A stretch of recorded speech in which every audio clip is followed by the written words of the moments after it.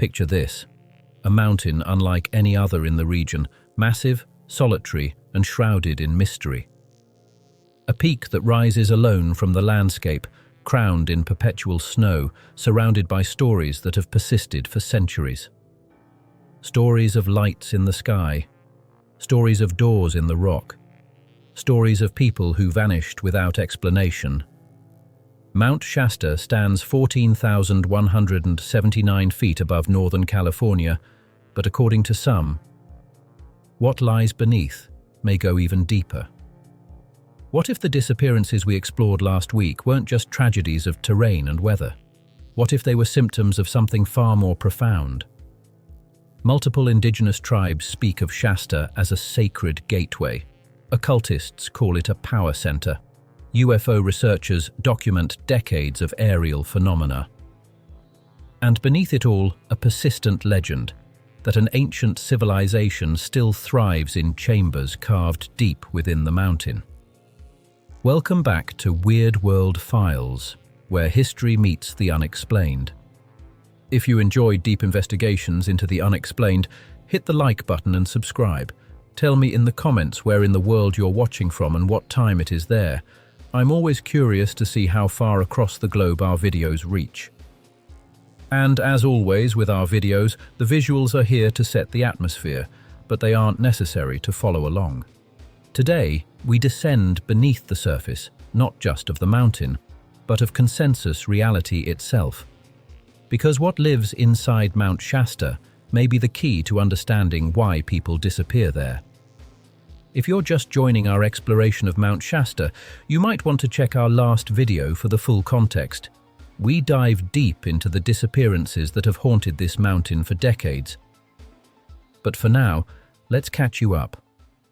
Last week, we examined cases that defy explanation. A 3-year-old boy who vanished from his grandmother's cabin in broad daylight, only to be found 3 days later, unharmed, miles away, telling the same story with chilling consistency, that a robot grandmother took him into a cave inside the mountain.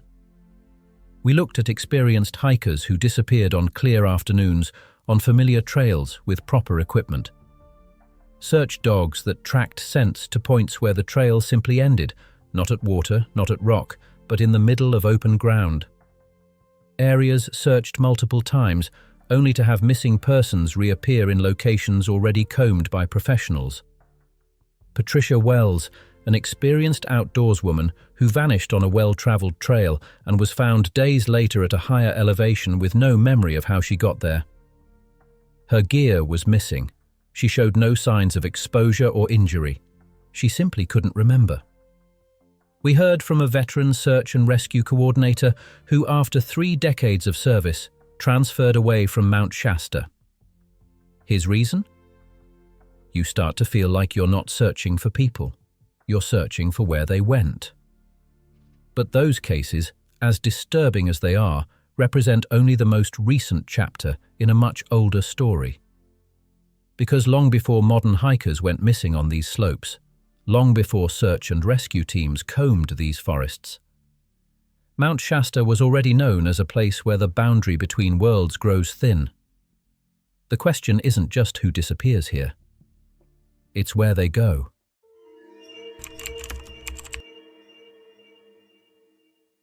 In 1884, a book titled A Dweller on Two Planets was published, dictated by a 17-year-old named Frederick Spencer Oliver. In it, Oliver described an advanced civilization called Lemuria, a continent that supposedly existed in the Pacific before sinking beneath the waves. According to the text, survivors of this catastrophe fled to several locations around the world. One of those refuges, Oliver claimed, was Mount Shasta. Now, mainstream geology does not support the existence of a lost Pacific continent. But what's interesting isn't whether Lemuria literally existed, it's how quickly this idea took root in the communities surrounding Mount Shasta, and how it continues to influence the region today. By the 1930s, locals regularly reported seeing tall, white-robed figures in the area, beings they called Lemurians. These weren't vague sightings. Witnesses described specific details. Individuals over 7 feet tall, moving with purpose through the wilderness, sometimes carrying supplies in the town of Mount Shasta City, paying with gold nuggets or strange currency before vanishing back into the forest. But here's where it gets more complicated. Long before Frederick Spencer Oliver wrote about Lemuria, the indigenous peoples of this region, the Modoc, Shasta, Wintu, and others, held their own accounts about the mountain. Accounts that speak of beings inside the mountain, of entrances to other realms, of lights and sounds that signal when the mountain is active. The Modoc speak of a chief of the below world who resides within Mount Shasta. The Wintu describe spirit people who emerge from the mountain during certain ceremonies. These aren't New Age inventions. These are traditions that predate European contact by centuries. So we have two parallel narratives. One is a 19th century occult tradition about Lemurian survivors. The other is a much older indigenous cosmology about powerful beings dwelling within or traveling through the mountain. They don't perfectly align, but they share a common thread. Mount Shasta is not an ordinary place. It is a threshold. Dr. Julian Lang, a Karuk scholar and linguist, has spoken about the indigenous understanding of sacred mountains in Northern California. These aren't just important landmarks. They're understood as living entities with their own agency. Places where the membrane between our world and others becomes permeable. Now, does this prove that an ancient civilization lives inside the mountain? No, but it establishes something important. For a very long time, people who live closest to Mount Shasta have believed something profound and unexplained is happening here. And they're not the only ones.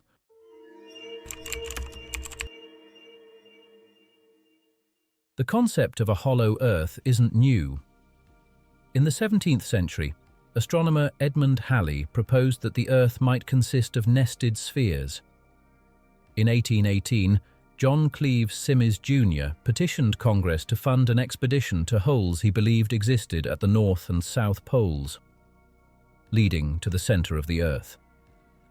Jules Verne popularized the idea in fiction. Occultists expanded it into spiritual doctrine.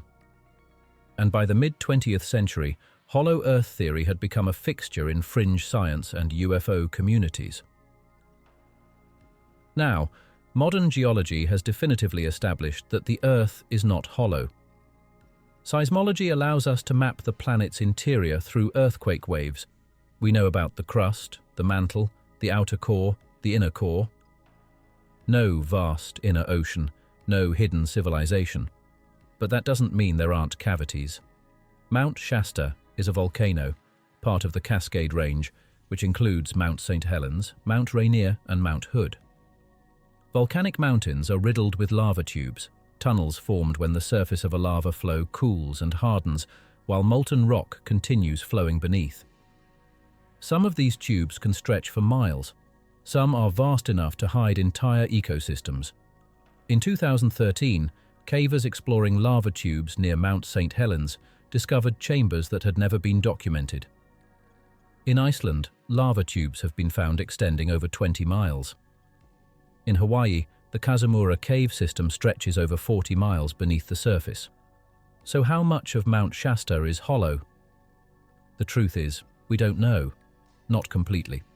The mountain has over 200 mapped caves, but geologists estimate there may be many more, sealed by rockfall, hidden beneath ice, or simply never explored.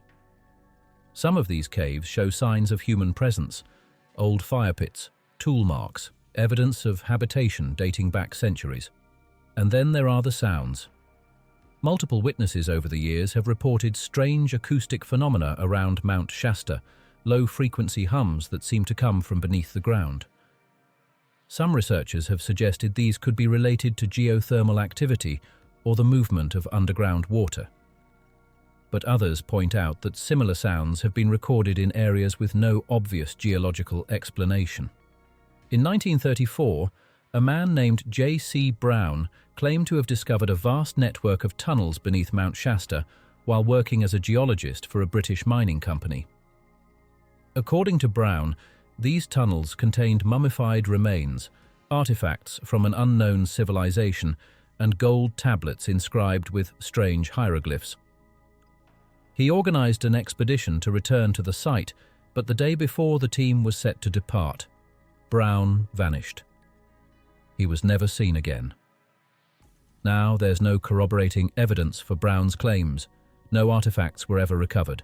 No tunnel system matching his description has been found. It's possible, even likely, that the entire story was a fabrication. But it's also possible he found something. Because in 2011, a recreational caving group exploring unmapped sections of Pluto's Cave, one of the larger known systems near Mount Shasta, reported finding a passage that descended much deeper than any previous surveys had indicated. They followed it for nearly a mile before their equipment began malfunctioning. Lights flickered. Compasses spun. One member reported feeling intense vertigo. They turned back. When they returned a month later with better equipment, they couldn't find the passage again. The mountain, it seems, doesn't always show the same face twice.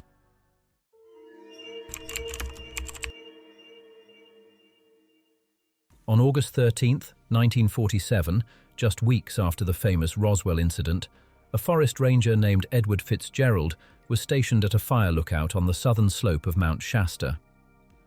At approximately 9:30 p.m., he observed what he described as a disc-shaped object, glowing orange and white, hovering above the summit.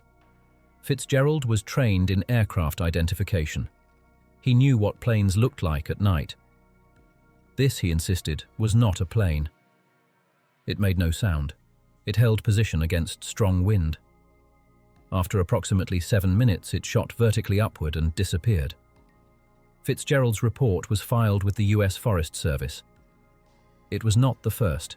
It would not be the last. Between 1950 and 1990, the National UFO Reporting Center logged over 150 unexplained aerial sightings within a 30-mile radius of Mount Shasta. That's higher than the per capita rate for almost anywhere else in the continental United States. Some of these reports can be explained. Lenticular clouds form around Mount Shasta with unusual frequency, creating disc-like shapes that can appear to hover. Military aircraft from nearby bases conduct training exercises. Venus and other bright planets can create optical illusions under certain atmospheric conditions. But not all of them. In 1956, multiple witnesses in the town of Mount Shasta City reported seeing a formation of 7 objects moving in coordinated patterns around the mountain. A local radio station broadcast live updates for over an hour. Police officers, teachers, a doctor, at least 30 people called in reports. The objects were visible long enough for multiple witnesses to retrieve binoculars and cameras. The photographs show lights, nothing definitive. But the sheer number of witnesses makes dismissal difficult. In 1988, a group of hikers camping near Bunny Flat captured several minutes of video showing lights maneuvering around the summit. The footage was analyzed by optical physicist Dr. Richard Haynes, who concluded that the objects displayed flight characteristics inconsistent with known aircraft. Some researchers, including Dr. Haynes, have proposed that certain geographical features, particularly volcanic mountains with high silica content, may be associated with higher rates of unexplained aerial phenomena. The hypothesis, still very much debated, is that geological stress and electromagnetic anomalies could somehow interact with or attract these objects. Or, as some locals will tell you, they're not visiting Mount Shasta, they live here. In 2003, a forest ranger, who requested anonymity, reported something unusual. While on night patrol near Pluto's Cave, he observed a light emerging from the cave entrance. Not a flashlight. This light, he said, was blue-white, pulsing, and seemed to float rather than move along the ground. It drifted toward the tree line and then simply disappeared. He filed no official report. When asked why, he said, "Because who's going to believe that?" But here's the thing. He's not the only ranger to see something like that. Over the years, at least a dozen Forest Service employees, off the record, have described similar phenomena. Lights entering or exiting caves, objects disappearing into the mountain itself, as if passing through solid rock. And occasionally, when multiple witnesses are present, something even stranger. The complete absence of agreement about what was seen. One witness sees a craft, another sees a light. A third sees nothing at all, but hears a deep hum that makes their teeth vibrate. Which brings us to a question that's difficult to answer, but impossible to ignore. If something is appearing around Mount Shasta, and if people are disappearing near Mount Shasta, could those two phenomena be connected?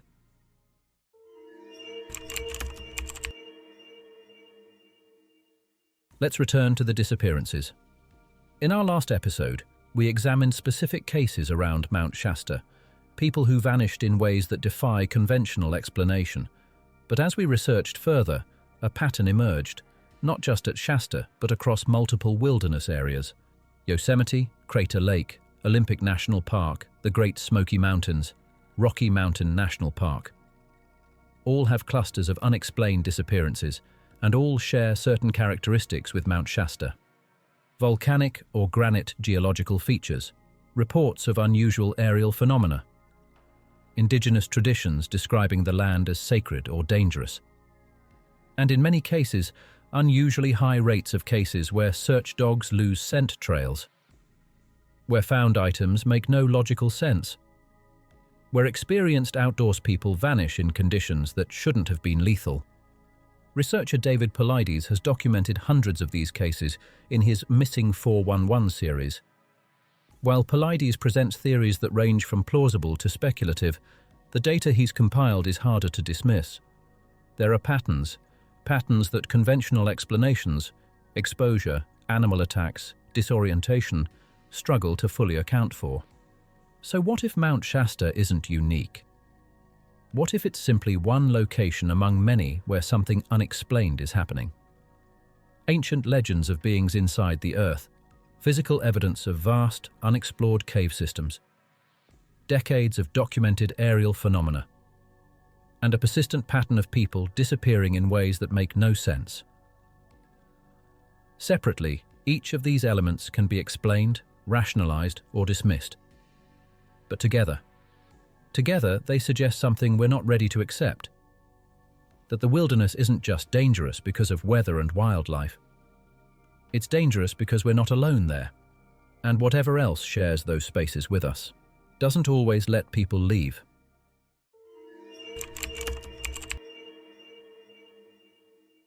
Let's be clear about what we know and what we don't.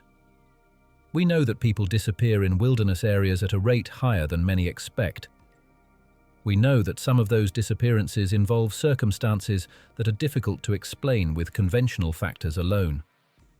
We know that multiple locations, including Mount Shasta, have both a high rate of disappearances and a long history of unexplained phenomena. We also know that many disappearances have mundane explanations. Hypothermia can cause paradoxical undressing and disorientation. Terrain can be more dangerous than it appears. Water, even shallow streams, can disorient or incapacitate. Wildlife encounters, while rare, do happen. But not every case fits those patterns. Some researchers propose that certain geological features create disorienting electromagnetic fields. Others point to rare weather phenomena, sudden temperature inversions, localized wind patterns that could trap or disorient people. These are legitimate scientific considerations. Then there are the more speculative theories. Underground civilizations, interdimensional portals, non-human intelligence that views certain areas as off-limits to humans. These ideas sit outside mainstream science, but the people who propose them are often working from the same data everyone else has access to. The difference is how willing you are to consider explanations that don't fit comfortably into our current understanding of reality. Because here's the uncomfortable truth. We've explored less than 1% of the cave systems beneath our national parks. We have no comprehensive survey of underground spaces. We don't know what's down there because we've barely looked. And if objects are appearing in our skies with flight characteristics beyond our technology, and if those objects seem particularly drawn to certain locations, then the question isn't just what are they, it's what are they doing here? Mount Shasta holds its secrets close. But it's not the only place that does. Across the United States, there are locations where reality seems to work differently, where people vanish, where witnesses see things they can't explain, where ancient stories speak of boundaries between worlds. And in the coming episodes, we're going to examine those locations in depth.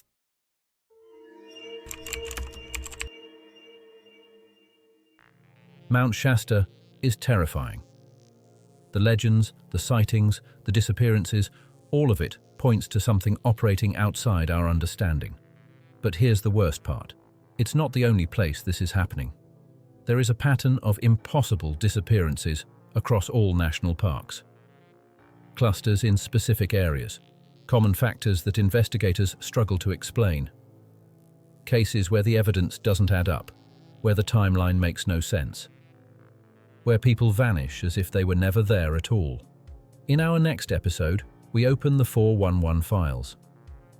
We'll examine the data, the patterns, the cases that keep investigators awake at night. We'll speak about accounts with search and rescue professionals, park rangers and family members still searching for answers. And we'll ask the question no one wants to answer. If this many people are disappearing in ways that make no sense, what's taking them? Mount Shasta stands the way it always has, beautiful, mysterious, and unreadable. The legends continue, the lights still appear, and people still go missing. Whether you believe in Lemurians, Hollow Earth, or visitors from elsewhere, one thing is certain. We don't have all the answers. And maybe, in places like this, we're not supposed to. Thank you for watching this episode of Weird World Files. If you found this investigation compelling, make sure you're subscribed. We're just getting started. Drop a comment below and tell me, have you been to Mount Shasta? Have you seen anything you couldn't explain? And remember, stay curious, stay skeptical, and keep your eyes open. The world is stranger than we've been told.